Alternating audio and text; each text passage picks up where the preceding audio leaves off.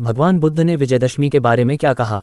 अब मैं इस लेख को और गहराई में ले जाकर भाग दर भाग अध्यायों के रूप में प्रस्तुत करता हूं। हर भाग में विस्तार, उदाहरण और बौद्ध ग्रंथों का संदर्भ जोड़ूंगा। भगवान बुद्ध ने विजयदशमी के बारे में क्या कहा? विस्तृत लेख। भाग 1। विजयदशमी का पारंपरिक स्वरूप। विजयदशमी, जिसे दशहरा भी कहा जाता है, भारतीय संस्कृति का एक अत्यंत महत्वपूर्ण पर्व है। इसे असत्य पर सत्य की विजय और अधर्म पर धर्म की स्थापना का प्रतीक माना जाता है। रामायण परंपरा। उत्तर भारत में इसे भगवान राम द्वारा रावण वध के उपलक्ष्य में मनाया जाता है। देवी परंपरा। पूर्वी भारत और बंगाल में इसे दुर्गा पूजा के समापन के रूप में, जहां देवी दुर्गा ने महिषासुर का वध किया था। दक्षिण भारत, यहाँ इसे शक्ति, समृद्धि और विद्या की आराधना के रूप में मनाया जाता है। लोग इस दिन शस्त्र पूजन करते हैं, व्यापार प्रारंभ करते हैं, बच्चों को शिक्षा दिलाने की परंपरा होती है और पुतला दहन का आयोजन होता है। लेकिन सवाल यह उठता है कि जब ये पर्व बाहरी युद्ध और राक्षस वध से जुड़ा है तो बुद्ध के अहिंसक और करुणामय धम्म से इसका क्या संबंध है? यहाँ से शुरू होती है बुद्ध दृष्टि से विजयदशमी की व्याख्या।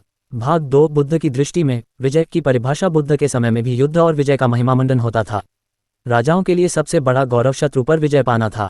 लेकिन बुद्ध ने कहा, 1000 बार 1000 शत्रुओं को जीतने से बड़ा विजेता वह है जो एक बार स्वयं को जीत ले। धम्मपद। श्लोक 103। इस परिभाषा में कई गहरे संकेत हैं। 1।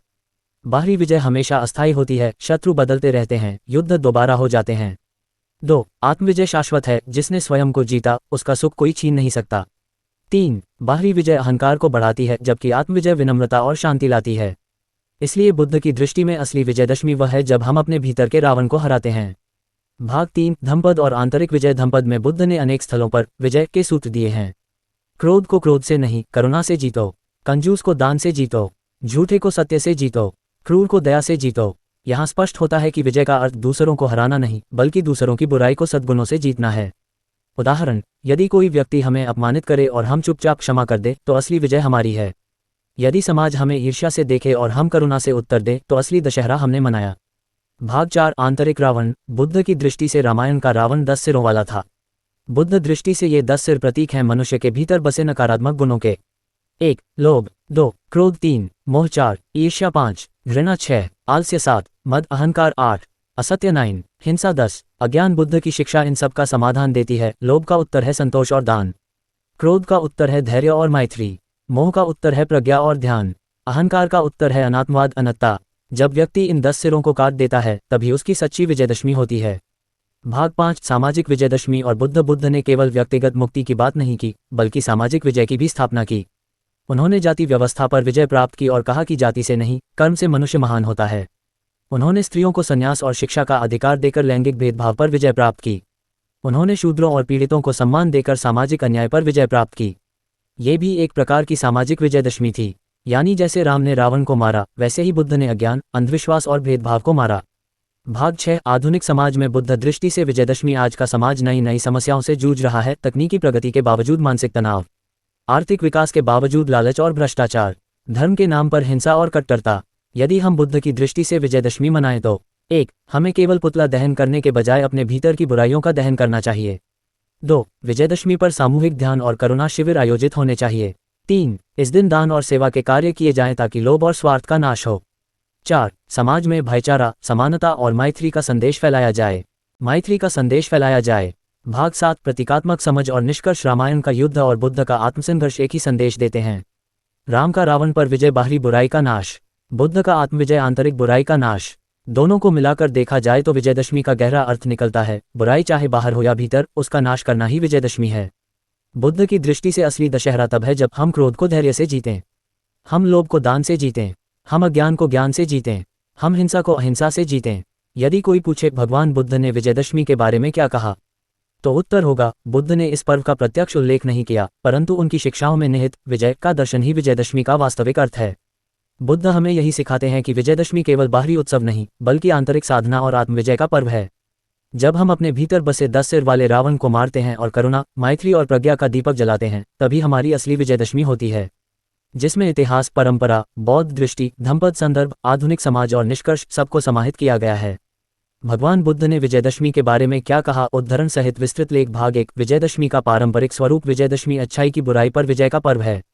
राम ने रावण को मारा, दुर्गा ने महिषासुर का वध किया।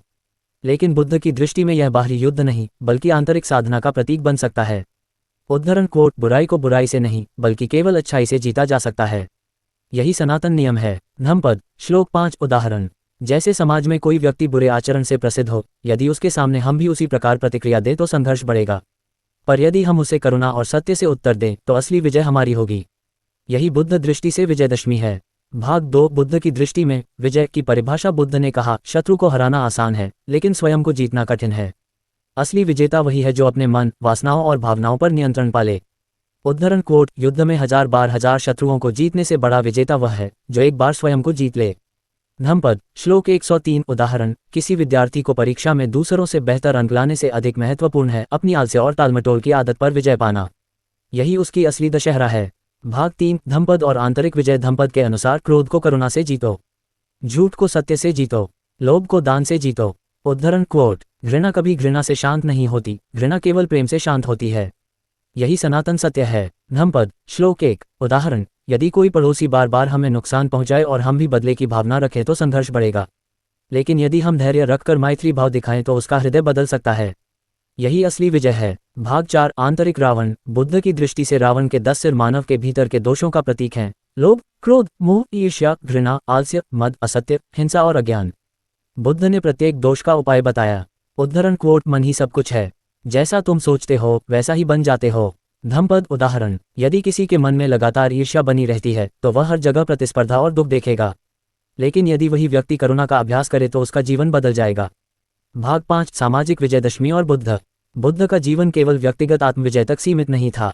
उन्होंने सामाजिक अन्याय, जाति भेद और अंधविश्वास पर भी विजय प्राप्त की। उद्धरण कोट, जाति से नहीं कर्म से मनुष्य महान होता है। अंगुत्तर निकाय। उदाहरण, यदि कोई गरीब या निम्न जाति का व्यक्ति भी सत्य, करुणा और श्रम के मार्ग पर चलता है तो वह समाज में सम्मान का अधिकारी है। ये बुद्ध की सामाजिक विजयदशमी है। भाग 6 आधुनिक समाज में बुद्ध दृष्टि से विजयदशमी। आज का दशहरा केवल पुतला दहन तक सीमित न रहकर आंतरिक शुद्धि और सामाजिक सद्भाव का पर्व बन सकता है। उद्धरण कोट, क्रोध को धैर्य से, दुष्ट को सद्गुण से और कंजूस को दान से जीतो। धम्मपद, श्लोक 223।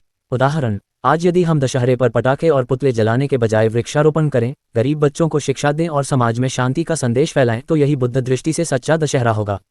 भाग 7 प्रतीकात्मक समझ और निष्कर्ष। राम का रावण वध बाहरी विजय का प्रतीक है।